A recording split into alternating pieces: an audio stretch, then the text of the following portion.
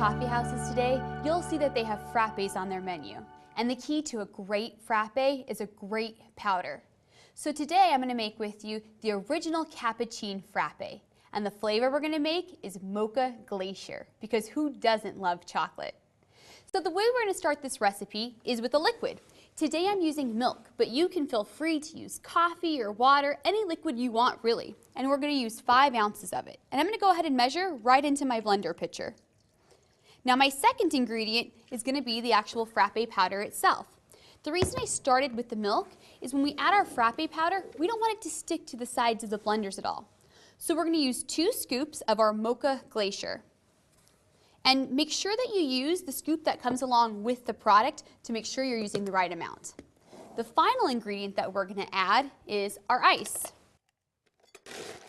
Now we're adding our ice last so that we cover our powder so that it doesn't spray up everywhere when we actually begin the blending process. And now that we've got our 3 basic ingredients, we're going to go ahead and blend. Now the blender that I'm using today has some pre-programmed buttons on it, as you're going to see.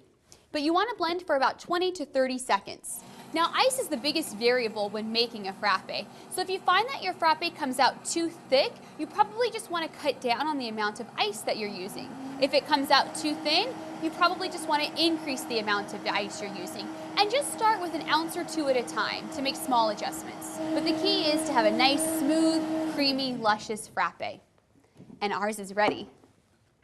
So I'm just going to take off the lid and pour it right into our cup. And again, you should see it comes out nice and with ease. It looks creamy. We'll just level it out. Now what makes frappes really fun is the toppings. So today I'm going to use some whipped cream. And to help bring out that chocolate note, a few chocolate chips to really just kind of set it off. A straw for the finishing touch. And this drink is ready for your customers.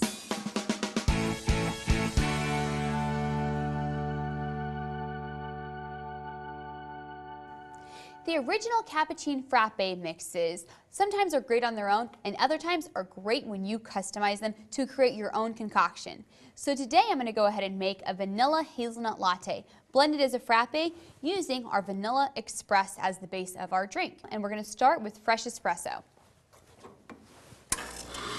Anytime you're pulling a shot of espresso, whether it's for a blended drink, an iced drink, or a hot drink, always make sure to follow proper procedure and never forget to always fresh grind your coffee.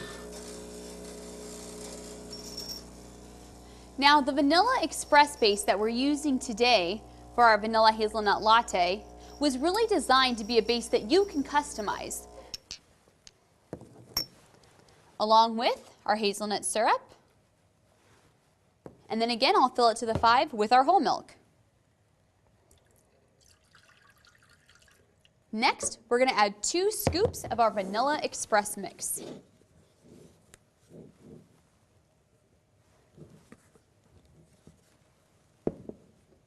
And finally, we'll top it with ice.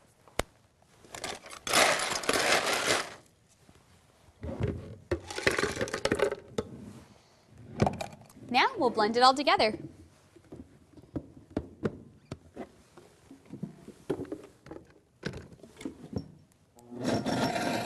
You're looking for a blend time of about 20 to 30 seconds, and it's really going to depend on the density of your ice, along with kind of the power of your blender, how sharp your blades may be. So really watch it those first couple times so you can dial in the perfect time.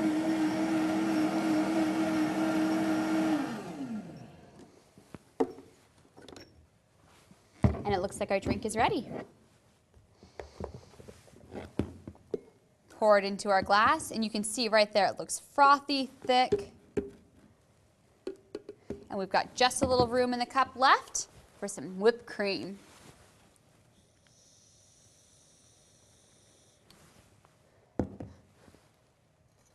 Final touch of a straw, and it's ready to be served.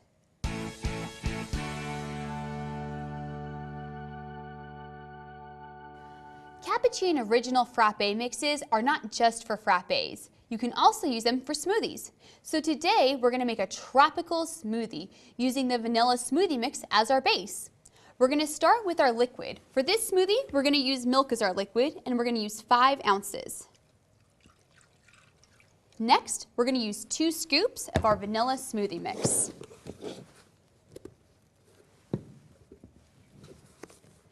Now, as I said, we're going to make this a tropical smoothie. So I've got a blend of some frozen fruits here, some peaches, some mangoes, and some strawberries. We're going to add that to our blender.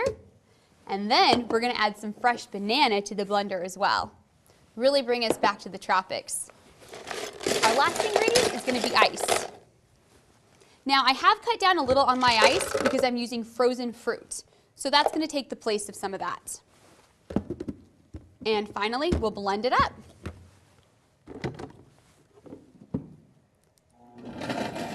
Now, depending on the fruit that you're using, you may need to adjust the recipe slightly. As I mentioned, for frozen fruit, I cut back on my ice slightly. If you were using fresh berries, perhaps, you may want to cut back on your liquid, as fresh berries have a lot of liquid in them that's going to be released during the blending process. But have fun with this and use any fruit you'd like. So this frappe is ready to go. It's got a beautiful pink hue to it. Nice and smooth, just like a smoothie should be. And because this is a smoothie, no need to top it with whipped cream. We'll enjoy it just as is, with a straw as a finale. And it's ready for your customers.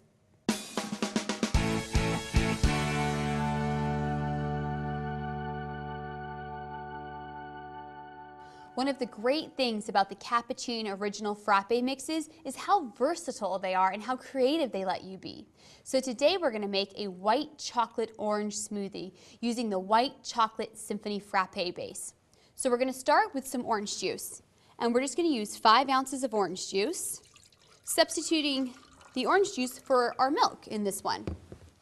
Next, we're going to add our White Chocolate Symphony mix. We're going to use 2 scoops of it and put it right on top of our orange juice. Our last ingredient that'll go on top is our ice.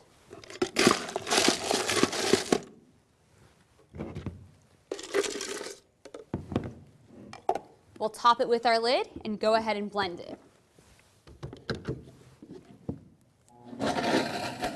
Now, if you wanted to make an adult version of this smoothie, you could always do that by substituting some of the orange juice with your favorite liqueur. That would also be fantastic. Okay, our frappe is ready.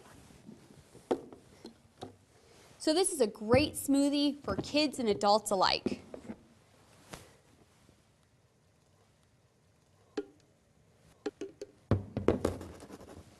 And I like to top it with whipped cream. But if you wanted to keep it a little on the healthy side and more like a smoothie, you could always leave the whipped cream off.